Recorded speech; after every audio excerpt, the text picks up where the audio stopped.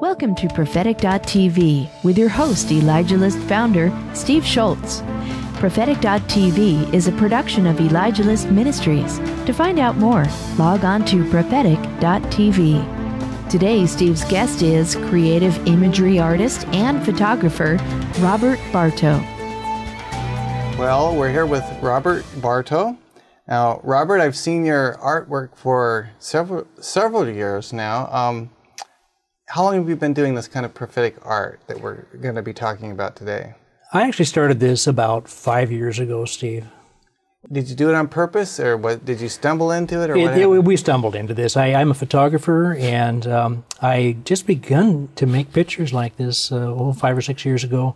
And the first one I ever did, I just felt to take to a service with me. It wasn't even in my church. And there was another a prophet that was there that had a prophetic word for that church, and it was the same as the picture.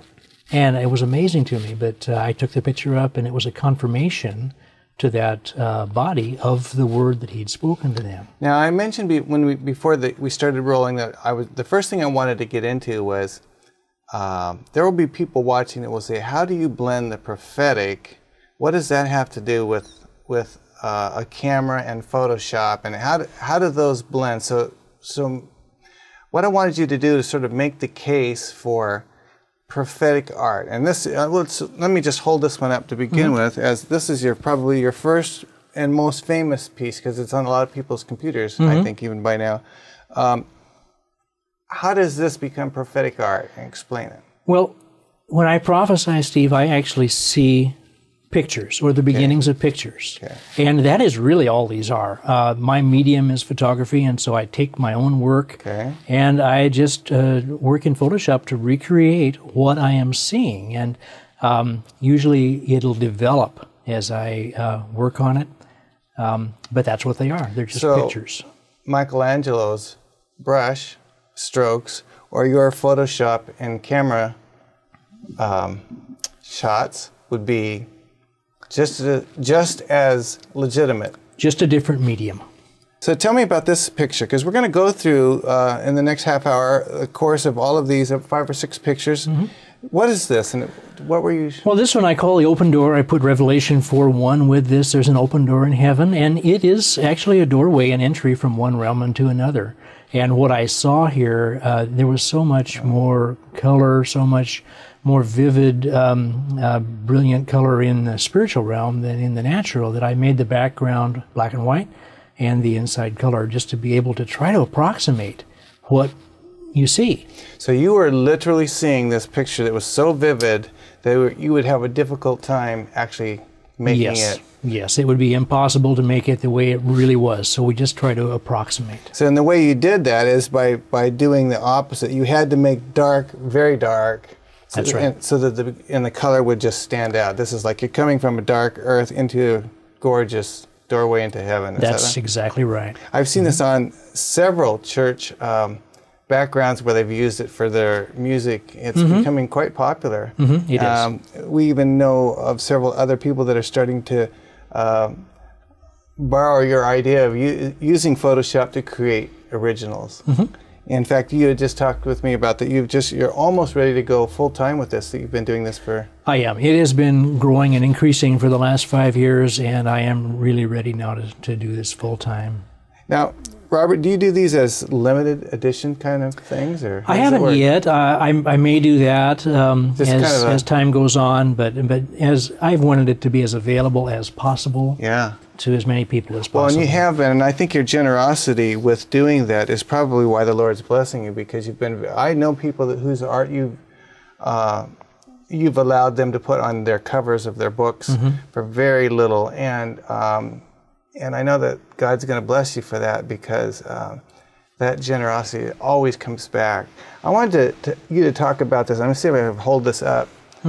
This piece, tell me about this one, and I don't want to steal your thunder, because you were beginning to tell me about it just before we went on. So, well, this is my newest piece that I've really published, and I went to Israel in May, and I took all the pictures that went into this in Israel, the stairways from Megiddo, the archway, is from the Citadel in Jerusalem, which is probably where Christ was tried. So you're saying this piece was an actual photograph, and this is also a photograph, but they're two different photographs. The sky is different, and the rainbow is different too. All in Israel, though. All in Israel.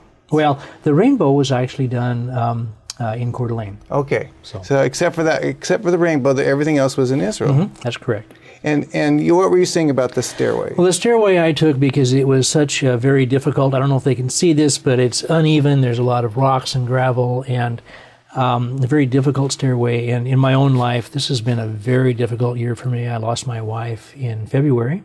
And I just feel like I've been on this difficult stairway, and the archway, of course, was taken in a place of trials. Yeah. And I have certainly had that happening in my life. So this has been prophetic for me, but as I've released it, I have found that many other people have had similar experiences. And now I feel like I'm at the point where I'm here, where I'm going to be able to enter into this is to me is promise, destiny, provision, which I think is going to be taking place this next year. And what are people saying they're experiencing when they? I mean, I'm not a painter, but I have the ability to enjoy it, but I don't have the ability to do that. That looks almost like a painting. What are people saying that actually does for them? Well, when they hear the explanation of it, they're able really to enter in and feel what I was feeling when I did it. And it's comforting to them, too, to know that even if they're at the beginning of this area, there is promise coming. And so it is prophetic and speaks into their lives comfort in that way. So you would see someone hanging something like this up, and literally day after day, week after week, month after month, seeing themselves progress and saying, I think I'm about here now. Now I think I'm about here. And so that's what you were just describing about yourself. You think you're about to enter into... I really feel like I have begun to enter into that, yes. That's excellent. Now, you have a couple of daughters as well. Is that right? I have 3 daughters. And I've met them. They've begun doing some art. Yes, I've got 1 writer, and I've got 2 that are into artwork. They're doing some jewelry too. Jewelry, pottery, glassware. Yes, it's beautiful. And I saw them right after they lost their mother, not that long, and they were right back at it. They were doing this prophetic jewelry. It was a very, very strong blessing to me, but what was so blessing to my wife and myself who received the jewelry from your daughters was that they did this amidst their pain. Yes, but I've just refused to give up. I'm not going to let myself be taken out. I know that this is what God has for me to do, and I'm going to press in and do it. That's beautiful. Well, it's obviously something that God sowed into your life quite a bit later in your life than a lot of people think they're going to get a new start. Well, that's true. I started this after I was 50 years old, and of course I was taking pictures. I've loved that for years, but that was, I think, a training ground. God knew.